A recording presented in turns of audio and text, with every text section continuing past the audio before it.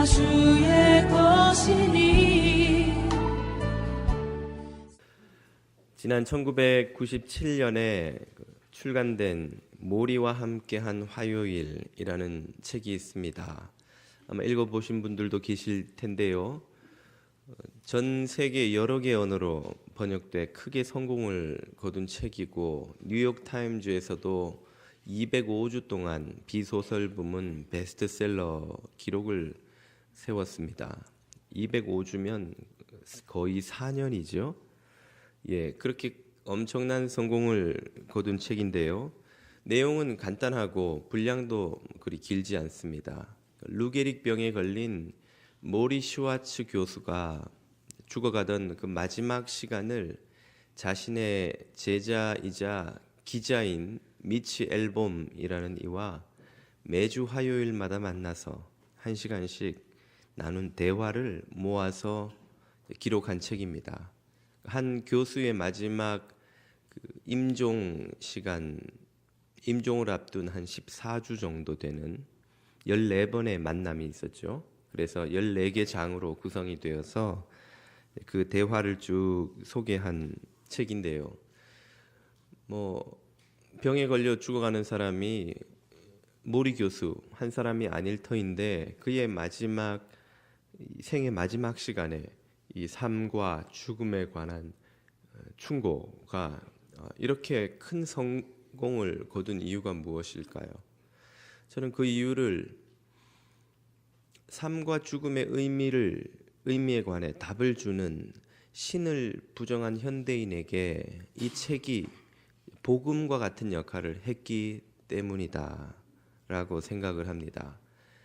신이 없는 세상, 신을 부정한 세상에서 삶이 무엇인지, 죽음이 무엇인지, 그 죽음 이후에는 무엇이 있으며 어떻게 준비해야 하는지에 대한 아무런 답을 들을 수 없는 현대인에게 이 모리 교수의 책이 그 답을 주는 그런 복음의 역할을 했다는 것이지요. 그 책의 한 장인 죽음을 타이틀로 하는 장에서 모리 교수는 제자인 미치 앨범에게 이렇게 말합니다. 언제든 죽을 수 있음을 인정하면 삶의 태도가 달라진다네. 그리고는 죽음을 담담히 맞이할 것을 권하는 그런 충고가 이어지죠. 현대인들은 이 모리 교수에게서 자신이 마지막 순간을 맞이할 때에 갖고 싶은 그런 태도의 모델을 발견한 것이 아닌가 하는 생각이 듭니다. 나도 저 모리 교수처럼 죽음이 임박하면 안달복달하지 말고 벌벌 떨지 말고 저렇게 품위 있게 갔으면 좋겠다. 내 마지막도 저렇게 품위 있는 마지막이었으면 좋겠다 하는 바램을 현대인들이 가지고 이 책을 그렇게 읽었던 것이 아닌가 하는 생각이 드는 것이죠. 그러나 모리 교수에게도 또 이 책을 좋아하는 사람에게도 미안한 말이지만 제가 볼 때 이 책이 주는 이 충고라는 것은 참 솜사탕처럼 보기에는 그럴듯해 보이지만 알맹이가 없는 참 자기 위로의 더도 덜도 아닌 것이 아니냐 하는 생각을 지울 수가 없습니다. 삶이 무엇인지 죽음이 무엇인지 한마디도 모리 교수는 설명하지 않습니다. 다만 영원히 살지 못하니 현재의 순간을 소중히 여기고 그 마지막 순간을 안달복달하지 말고 담담하게 맞이하도록 그렇게 권하고 있을 뿐인 것이죠. 이런 참 알맹이 없는 조언에도 현대인들이 위안을 얻고 있다는 것은 무엇을 역설적으로 보여줍니까? 그만큼 현대인들이 답이 없는 세상을 살아가고 있다는 것이죠. 삶이 무엇인지 답을 찾을 수 없어요. 죽음의 의미가 무엇인지 답을 찾을 수가 없어요. 죽음 이후에는 무엇이 있는지 역시 답이 그들에게는 없습니다. 그러므로 이런 솜사탕 같은 처방이라도 그들에게는 큰 위안이 되는 것이 아닌가 하는 생각이 드는 것입니다. 우리가 인정을 하든 안 하든 죽음이란 여전히 현대인들에게 미지의 세계요, 그 무엇과도 비교할 수 없는 절대적 공포입니다.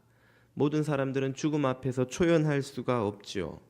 그 죽음의 공포를 극복하는 길이 과연 모리 교수가 가르치듯 또 보여주듯 그냥 죽으면 모든 것이 끝이니 안달복달하지 말고 담담히 좀 교양 있게 품위 있게 마지막을 맞이하는 것이 좋겠다 하는 이 답밖에는 없는 것이냐는 말이죠. 이것이 과연 죽음에 대한 우리의 참 유일하고 믿을 만한 처방이냐는 것입니다. 어떻게 하는 것이 죽음을 바르게 이해하는 것인가? 오늘 본문에서 우리는 그 답을 얻고자 합니다. 지난주에 우리는 야곱 일가가 애굽에 이주하기 위해서 출발하는 장면을 살펴보았죠. 오늘은 도착하는 장면을 읽었습니다. 8절부터 27절까지 다소 긴 본문을 읽어야 했습니다만 시간 관계상 마지막 27절부터 읽었죠. 이 단락에서는 애굽으로 이주하는 야곱 일가의 그 수를 이름과 더불어 한 명 한 명 소개를 하고 본문 27절에서 이렇게 정리를 합니다. 야곱의 집 사람으로 애굽에 이른 자가 모두 70명이었더라. 몇 명이라고요? 70명. 이 70명은 우연히 아이를 낳고 가족이 커지다 보니 70명이 되었다는 것이 아닙니다. 7은 성경에서 완전수죠. 7일째에 안식하고 7년째에 안식년을 가지고 7년에 7번을 지난 이후에는 희년을 가지고 7은 항상 완전하고 충만하다는 것을 의미하는 수입니다. 그 7의 10배인 70은 완전함, 충만함, 차고 넘침 그런 의미가 있는 것이죠. 그러므로 야곱의 가족이 70명이 되어 애굽으로 이주했다는 말은 너의 자손이 하늘의 별처럼 바닷가의 모래처럼 번성하게 되리라 하신 그 하나님의 약속이 이미 성취되기 시작했다는 걸 보여주는 거예요. 하나님의 약속의 성취가 시작되었다. 이미 성취가 시작되어서 이루어져 가고 있음을 이 숫자가 보여주는 것입니다. 하나님의 약속은 어떻다고 성경은 말씀하십니까? 1.1획도 틀림이 없이 다 성취된다고 하시죠.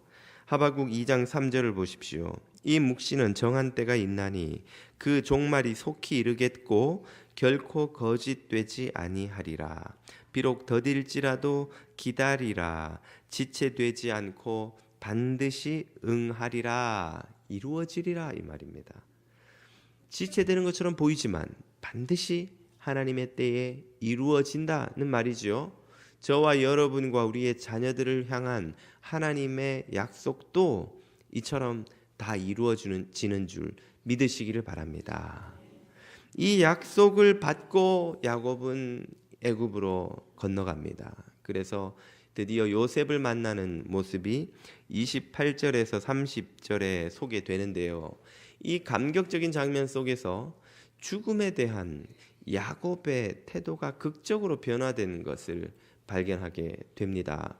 이전에도 야곱이 죽음에 대해서 여러 번 언급한 적이 있죠. 그러나 그때마다 야곱에게 있어서 죽음은 슬픔과 절망의 상징이었습니다.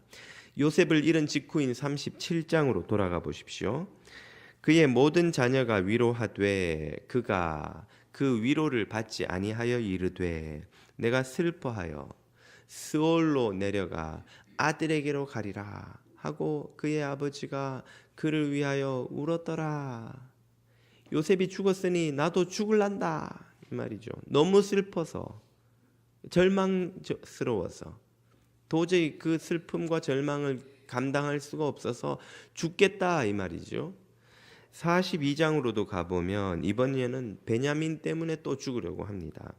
야곱이 이르되 내 아들은 너희와 함께 내려가지 못하리니 그의 형은 이미 죽고 그만 남았음이라.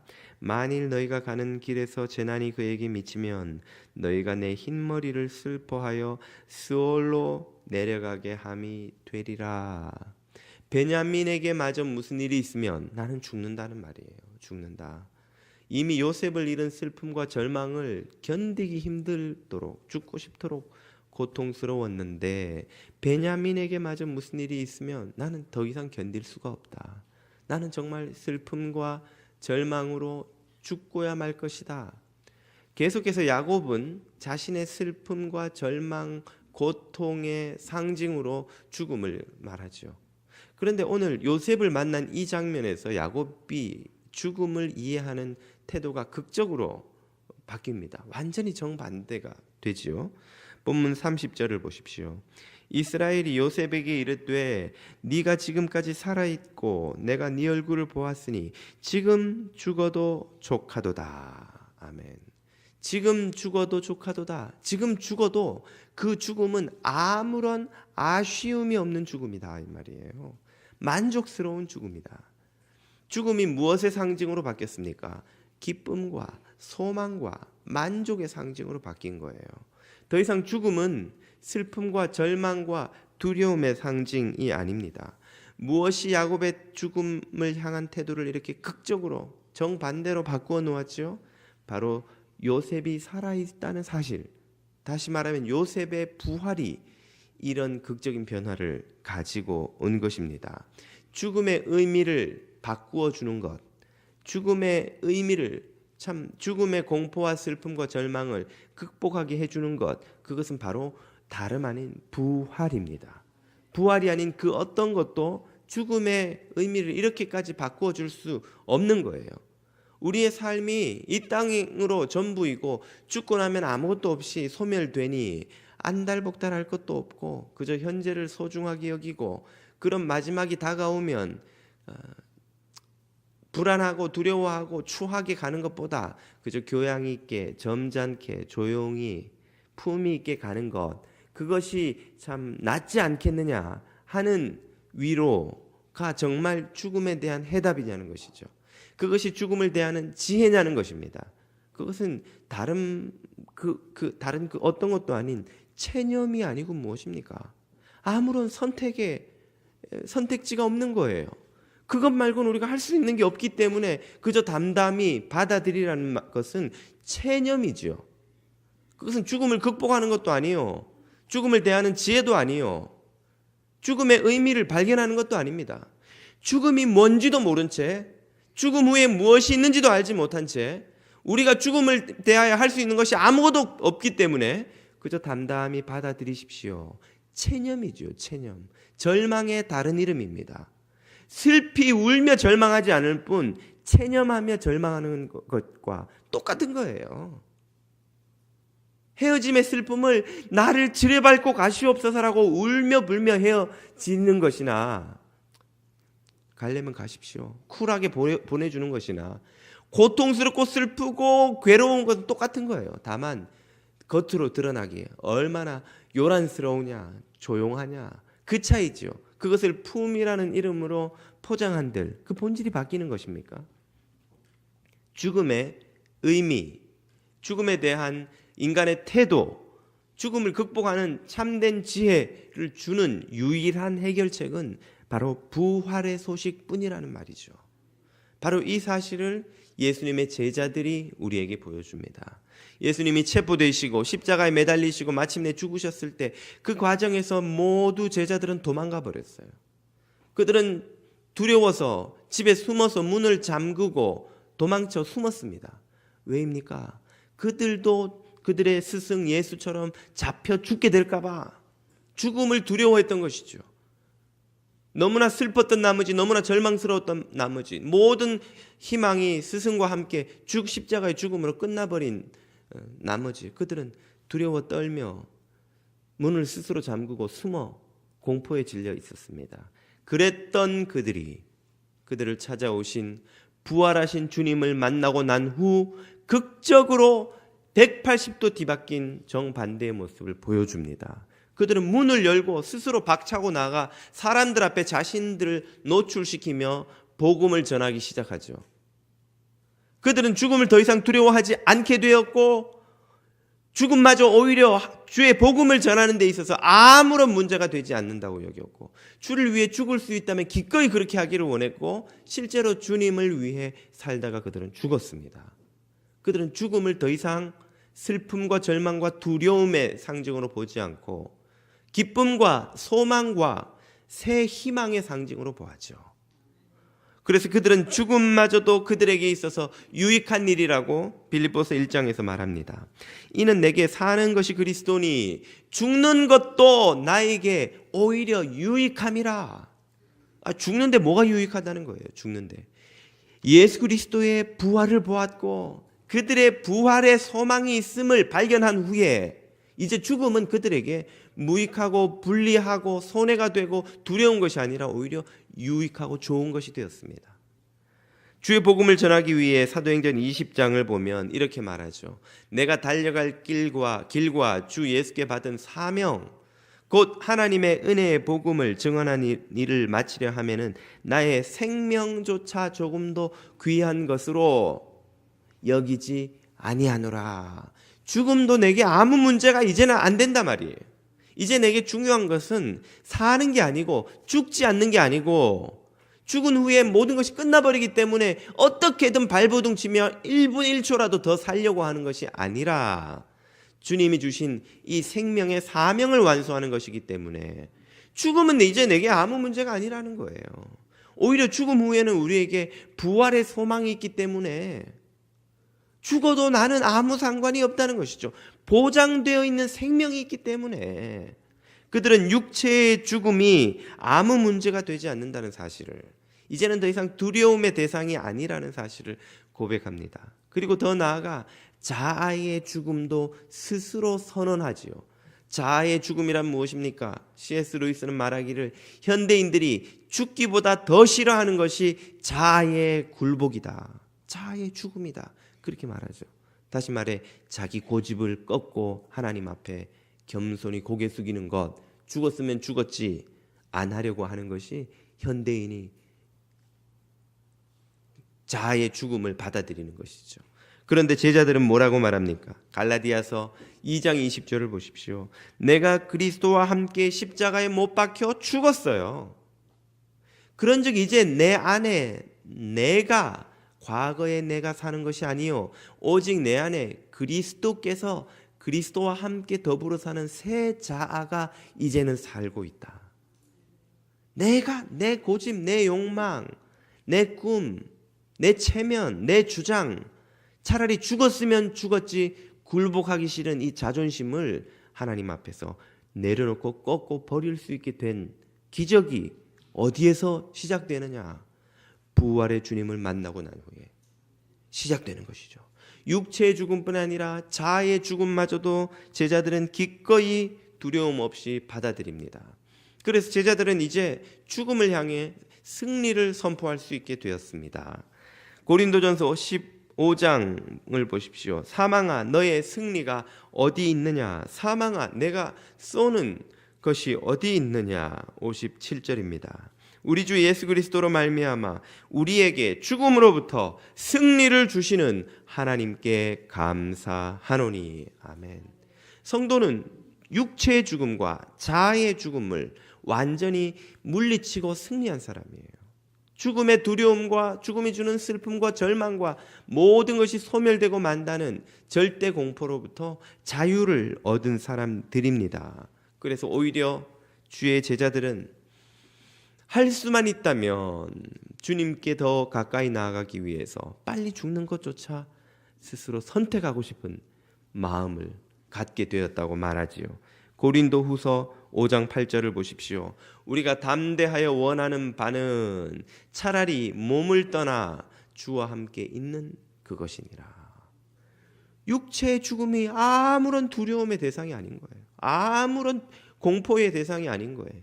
죽음 이후에는 이 연약한 육체를 넘어서는 영의 생명과 부활의 생명이 기다리고 있기 때문에, 그렇다면 우리가 왜 이 병들기 쉽고 깨어지기 쉽고 여전히 죄의 본성과 싸워야 하는 이 힘겨운 싸움을 조금 더 해보겠다고 1분이라도 더 살아보고 1초라도 더 살아보겠다고 발버둥치며 두려워할 이유가 있는가? 아무것도 할 수 없기 때문에 담담히 죽음을 받아들이는 것이 아니라 죽음을 넘어선 새 소망이 있기 때문에 두려움 없이 담대하게 오히려 죽음을 향해 걸어갈 수 있는 진정한 죽음에 대한 승리를 경험하는 사람, 그들이 바로 주의 제자들, 하나님의 백성들인 줄 믿습니다. 호스피스 전문 간호사로 평생을 근무한 제닛 웨어가 자신의 경험담을 모아서 쓴 평화로운 죽음이라는 책이 있습니다. 그 책의 한 장에서 그는 왜소한 몸과 붉은 머리카락을 가진 신사 루디라는 이에 대한 글을 쓰고 있습니다. 생의 마지막 몇 주를 그 루디를 간호하며 보낸 이 제닛의 이야기인데요. 제닛은 루디를 방문할 때마다 그가 성경을 읽다가 제닛을 보고는 열광적인 목소리로 그 성경을 읽어주며 탄성을 지르는 소리를 듣습니다. 제닛, 믿을 수 있겠어요? 나는 정말 노아를 만날 겁니다. 곧 노아를 만날 거예요. 제닛, 나는 모세에게 물어보고 싶은 것이 너무나 많아요. 정말 나는 노아와 함께 있게 될 겁니다. 루디의 얼굴은 해처럼 빛나 있었고 마치 그는 자신에게 찾아온 행운을 믿을 수 없다는 듯이 고개를 흔들며 그 시간을 보냈다는 것입니다. 그는 죽음을 준비하는 사람이라기보다는 남태평양의 어느 섬으로 떠나는 휴가를 준비하는 사람처럼 들떠 있었다고 제닛은 씁니다. 하루는 제닛이 루디에게 웃는 예수님의 그림을 본 적이 있냐고 묻습니다. 없다는 답을 듣고 가져다 줄까요? 물어보았더니 가져다 달라는 거예요. 그래서 제닛이 크게 프린트된 예수님의 웃는 모습을 그린 그 그림을 루디에게 보여주었습니다. 루디는 그림을 보자마자 촉촉해진 눈매로 내가 뵙고 싶은 예수님의 모습이 바로 이것입니다. 나는 예수님과 속히 이토록 빛나는 모습으로 보고 싶어요. 제닛, 이 그림을 내 침대 맞은편에 좀 걸어주셔요. 그 침대 맞은편에 걸린 그림을 바라보며 루디는 흥분과 설렘으로 매일 아침 눈을 뜨는 것입니다. 어느 날 밤 제닛은 루디의 아내로부터 그가 임종했다는 소식을 듣습니다. 이후에 처리할 일들을 위해서 제닛이 그의 집에 방문했을 때 루디는 마치 잠든 사람처럼 침대에 기대어 이 그림을 마주보며 얼굴에 가득한 미소를 띤 채 누워 있더라는 것이죠.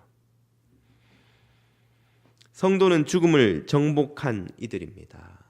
성도는 죽음의 모든 공포와 절망과 소망 없음을 극복하고 죽음 뒤에 있는 영원하고 참된 소망, 영의 생명, 부활의 새 몸을 입을 날을 바라봄으로 죽음을 넘어선 이들입니다. 이 죽음의 모든 공포를 극복하고 죽음으로부터 승리한 사도 바울이 자신의 임박한 죽음을 느끼며 쓴 고백을 들어보십시오. 디모데후서 4장입니다. 전제와 같이, 전제는 기름을 부어서 드리는 제사지요.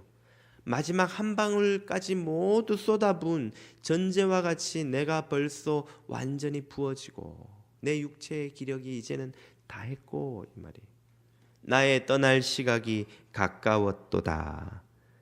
그러나 나는 선한 싸움을 싸우고 나의 달려갈 길을 마치고 끝까지 믿음을 지켰으니 이제 후로는 나를 위하여 의의 면류관이 예비되었으므로 주 곧 의로우신 재판장이 그날에 내게 주실 것이며 내게만 아니라 주의 나타나심을 사모하는 모든 자에게도니라. 아멘. 부활의 약속을 받은 성도들, 우리 모두가 의의 선한 싸움을 싸우고 사도 바울이 받아쓰게 된 이 의의 면류관을 받아쓰게 될 줄로 믿습니다. 저와 여러분도 이 소망 가운데 승리하시는 주의 자녀들이 되시기를 축복드립니다. 기도드리겠습니다.